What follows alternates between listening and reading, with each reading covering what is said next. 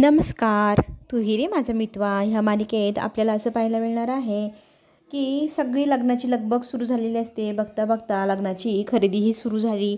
कुठले कुठले कपडे साड्या लग्नात घालायचे सगळे काही प्रॉपर सुरुवात झालेली असते. सगळेजण खूप आनंदी असतात. दोन्हीही घरांमध्ये लग्नाची लगबग दिसू लागते.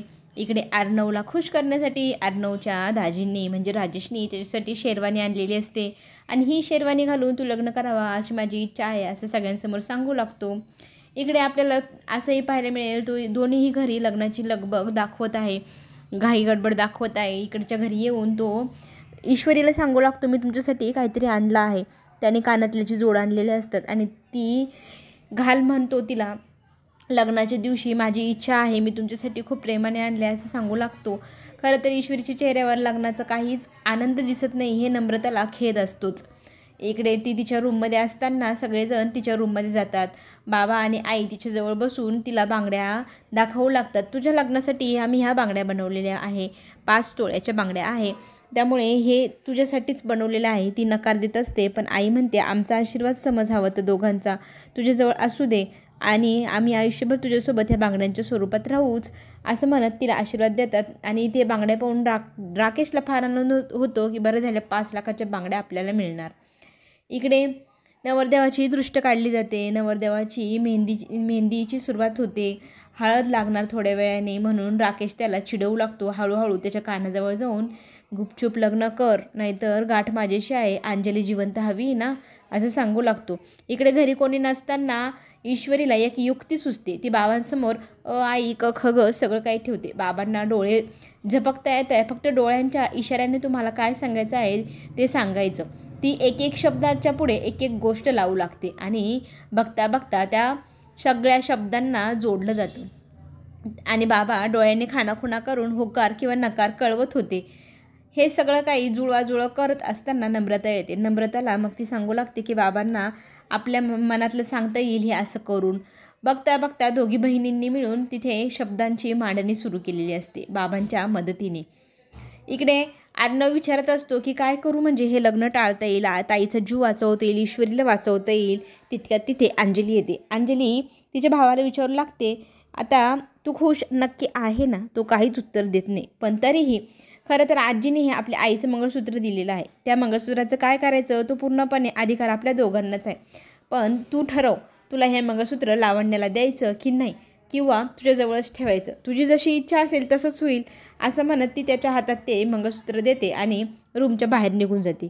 आणि ते मंगळसूत्र त्याच्या आईचं असतं. त्या मंगळसूत्रात त्याची आई कशी दिसायची, कशी राहायची हे सगळं क्षण त्याला आठवतात. आई त्याच्या डोळ्यासमोर झरझर जाऊ लागते आणि आईच्या आठवणीने त्याच्या डोळ्यात पाणी येत असताना मामा रूममध्ये येतात आणि राकेश आणि ईश्वरीची लग्नाची पत्रिका पाहतात. त्यांना फार राग येतो.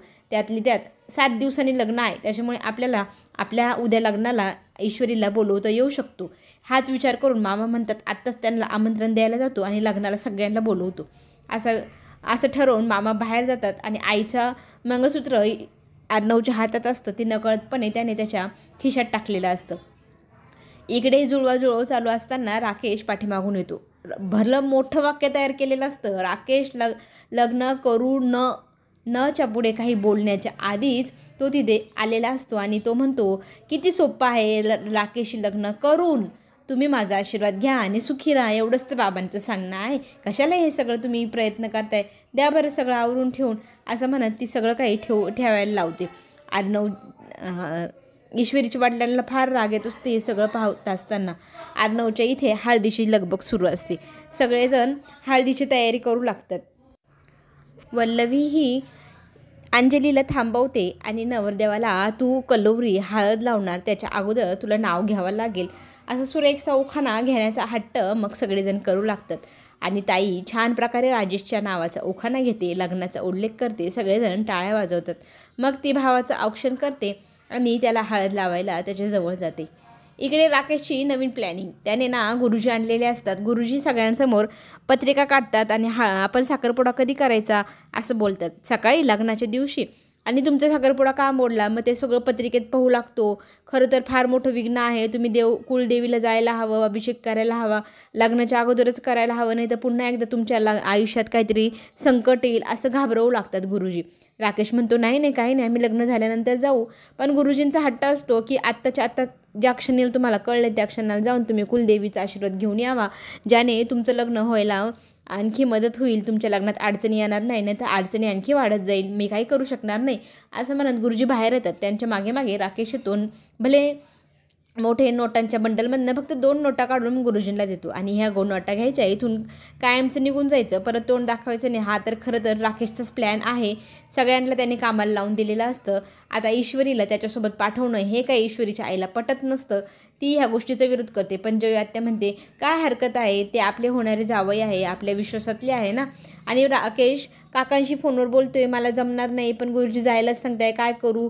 मग तो बोलत बोलत मध्ये येतो. काकांचा पण हट्ट आहे गावाला हे कुलदेवीला जाऊ आणि अभिषेक करू. आता काकांच्या हट्टापुढे काय करावं. मग ती ईश्वरीची आई म्हणते नम्रता तू यांच्यासोबत जा. नको, तिला जर नेलं तर मोठी गाडी न्यावं लागेल, जास्त खर्च होईल, माझ्याकडे सध्या एवढे पैसे नाही आहे. आम्ही 2 जण छोट्या गाडीवर जातो, सकाळी आत्ता किती वाजले बघा, संध्याकाळपर्यंत घरी येतो असं म्हणत आणि 2 गाडीवर जायला निघतात. आई तिची तयार नसते, पण जयू आत्याच्या हट्टापुढे काय करणार. राकेश व तिचा भलता विश्वास. मग ती जायला होकार देते आणि साडी नेसायला ती तिला सांगते, साडी नेसूनच कुलदेवीला जायला हवं. खरं तर राकेशचा प्लॅन राकेशच्या मनानुसार होऊ लागला आहे, त्यामुळे त्याला फार आनंद होत असतो.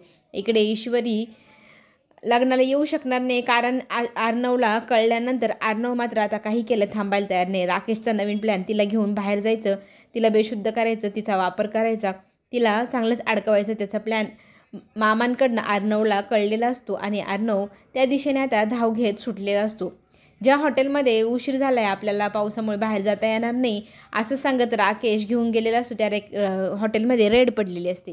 तिथे अर्णव वाचवण्यासाठी ईश्वरीला गेलेला असतो. राकेश पहिलेच पळून जातो स्वतःला वाचवण्यासाठी, ईश्वरीला तिथेच सोडून निघून जातो. आता ही गोष्ट कळल्यानंतर ती सांगण्यासाठी अर्णव ईश्वरीकडे जातो, पण ईश्वरी नेहमीप्रमाणे त्याचं काहीच ऐकत नाही. तिला चक्कर येते.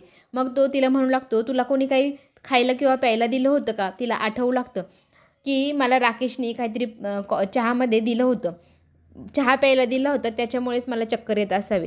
आणि हा डाव अर्णवच्या लक्षात येतो. आता पोलिसांसमोर तू जर बाहेर गेलीस ना तर पोलीस तुला धंद्यावाली बाई असं समजतील, कारण हे हॉटेल त्याच कामासाठी प्रसिद्ध आहे.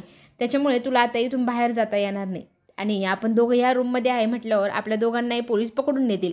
आता याच्यावर पर्याय काय म्हणून ईश्वरी विचारू लागते. त्यावेळेला अर्णवच्या खिशातलं मंगळसूत्राचा त्याला आठवण येते. ते मंगळसूत्र तो काढतो. हाच एक पर्याय आहे, माझी बायको बनायचं पोलिसांसमोर आणि आपण बाहेर निघायचं. आजीने दिलेलं आईचं मंगळसूत्र तो तिच्या गळ्यात तिच्या मनाविरोधात घालून तिला तो बाहेर घेऊन जाऊ लागतो. ईश्वरीच्या ही गोष्ट मनाविरुद्ध होत असते, ती नकार देत असते. पण पोलिसांसमोर जर आपल्याला वाचायचं असेल किंवा आपण 2 जण चांगल्या घरातले आहे हे दाखवायचं असेल तर हे सगळं करावंच लागेल.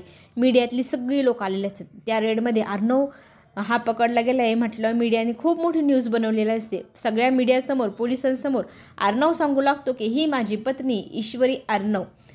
आणि हे ऐकल्यानंतर पोलिसही त्या दोघांना मग सोडतात. पण मीडियावाल्याने ही बातमी आता इतकी वर उचलून धरलेली असते की अख्ख्या जगाला कळलं आहे की अर्णवची बायको ही ईश्वरी झालेली आहे आणि घरी तो त्याची बायको बनवून ईश्वरीला घेऊन जातो.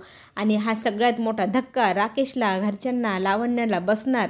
आणि ह्या सगळ्या गोष्टीतनं आता पुढे जो काही ट्विस्ट येणार ते पाहायला आपल्या सगळ्यांनाच आवडणार. चला तर मग चॅनलला नक्की सबस्क्राईब करा, लाईक करा, म्हणजे पुढे येणारे नवनवीन व्हिडिओ तुमच्यापर्यंत लवकरात लवकर पोचेलच. आणि सिरियलमध्ये येणारे नवीन ट्विस्ट आपल्याला नक्कीच पाहायला आवडणार. चला, राकेशची पुढे कशी धुलाई करणार अर्णव हे पाहायला तयार व्हा. चला तर मग पुन्हा भेटू. धन्यवाद.